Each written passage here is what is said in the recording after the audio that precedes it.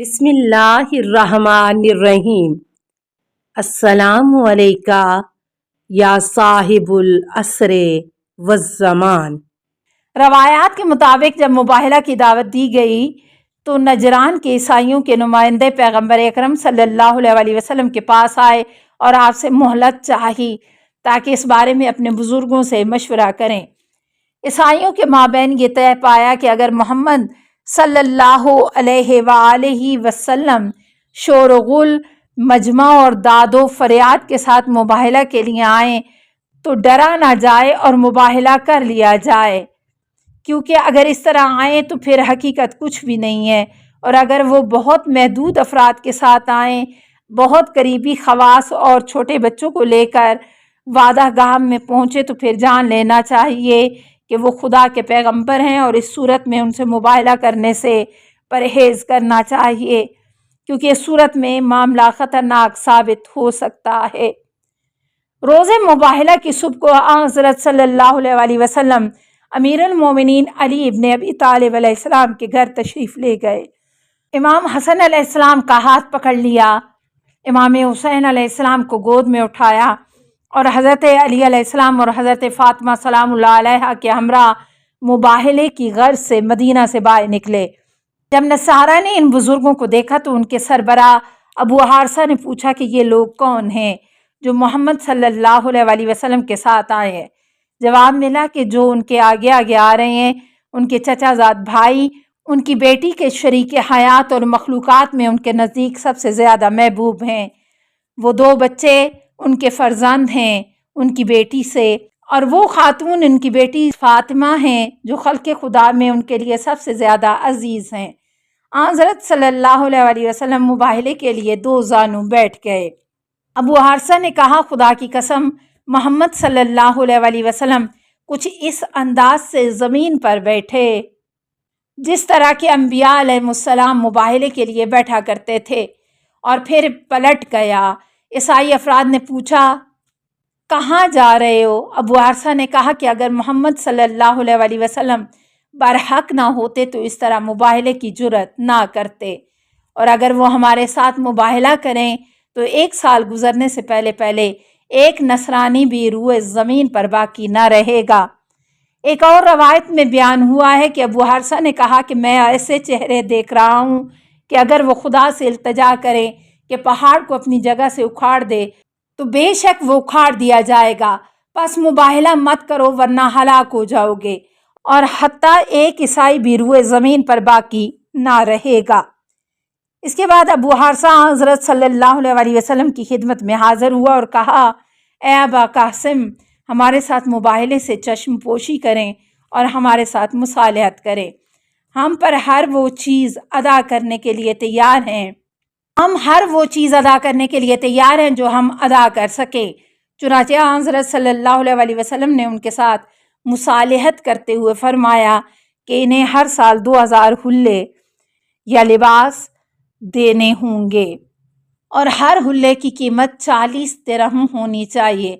نیز اگر یمن کے ساتھ جنگ چھڑ جائے تو انہیں 30 زریں، 30 نیزے، 30 گھوڑے مسلمانوں کو عاریتاً دینا پڑیں گے، اور آپ صلی اللہ علیہ وسلم خود اس ساز و سامان کی واپسی کے ضامن ہوں گے۔ اس طرح حضرت صلی اللہ علیہ وسلم نے صلح نامہ لکھوایا اور عیسائی نجران پلٹ کر چلے گئے۔ رسول اکرم صلی اللہ علیہ وسلم نے اس کے بعد فرمایا کہ اس خدا کی قسم جس کی قبضہ قدرت میں میری جان ہے کہ ہلاکت اور تباہی نجران والوں کے قریب پہنچ چکی تھی، اگر وہ میرے ساتھ مباہلہ کرتے تو بے شک سب بندروں اور خنزیروں میں بدل کر مسخ ہو جاتے، اور بے شک یہ پوری وادی ان کے لیے آگ کے شعلوں میں بدل جاتی، اور حتیٰ کہ ان کے درختوں کے اوپر کوئی پرندہ باقی نہ رہتا، اور تمام عیسائی 1 سال کے عرصے میں ہلاک ہو جاتے۔ شیعہ سنی مفسرین اس بات پر متفق ہیں کہ یہ آیت رسول اکرم صلی اللہ علیہ وسلم کے ساتھ نجران کے نصارہ کے مناظرے کی طرف اشارہ کرتی ہے، کیونکہ نصارہ عیسائیوں کا عقیدہ تھا کہ حضرت عیسیٰ علیہ السلام 3 اقانیم میں سے ایک اقنوم ہے۔ وہ حضرت عیسیٰ علیہ السلام کے بارے میں قرآن کریم کے بیان سے متفق نہیں تھے۔ جو انہیں خدا کا پارسا بندہ اور نبی سمجھتا ہے۔ اہل سنت کے مفسرین جیسے زمخشری نے اپنی کتاب تفسیر الکشاف اور فخر الدین رازی نے اپنی تفسیر التفسیر الکبیر اور بیضاوی نے اپنی تفسیر البیضاوی میں اور دیگر مفسرین کے مطابق ابنانا ہمارے بیٹوں سے مراد امام حسن علیہ السلام اور امام حسین علیہ السلام ہیں، اور نساءنا سے مراد حضرت فاطمہ الزہرا سلام اللہ علیہا، اور انفسنا ہمارے نفس اور ہماری جانوں سے مراد حضرت علی علیہ السلام ہیں۔ یعنی وہ 4 افراد جو حضرت صلی اللہ علیہ وآلہ وسلم کے ساتھ مل کر 5 تن آل ابا یا اصحاب کسا کو تشکیل دیتے ہیں۔ اور اس آیت کے علاوہ بھی زمخشری اور فخر رازی کے مطابق آیت تطہیر اس آیت کے بعد ان کی تعظیم اور ان کی طہارت پر تصریح و تاکید کے لیے نازل ہوئی ہے۔ ارشاد ہوتا ہے انما یرید اللہ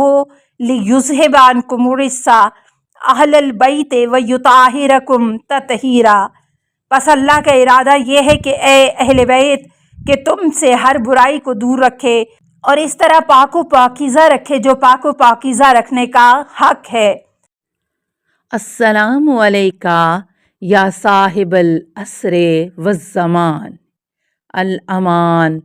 الامان الامان من فتن الزمان، السلام علیکہ یا خلیفۃ الرحمن،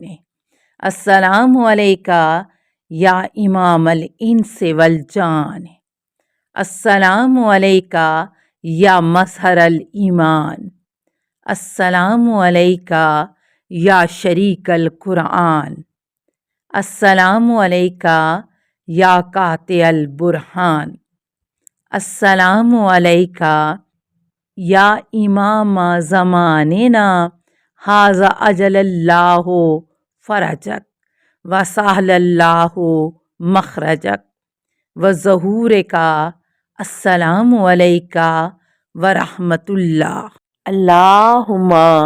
صلی علی محمد و آل محمد۔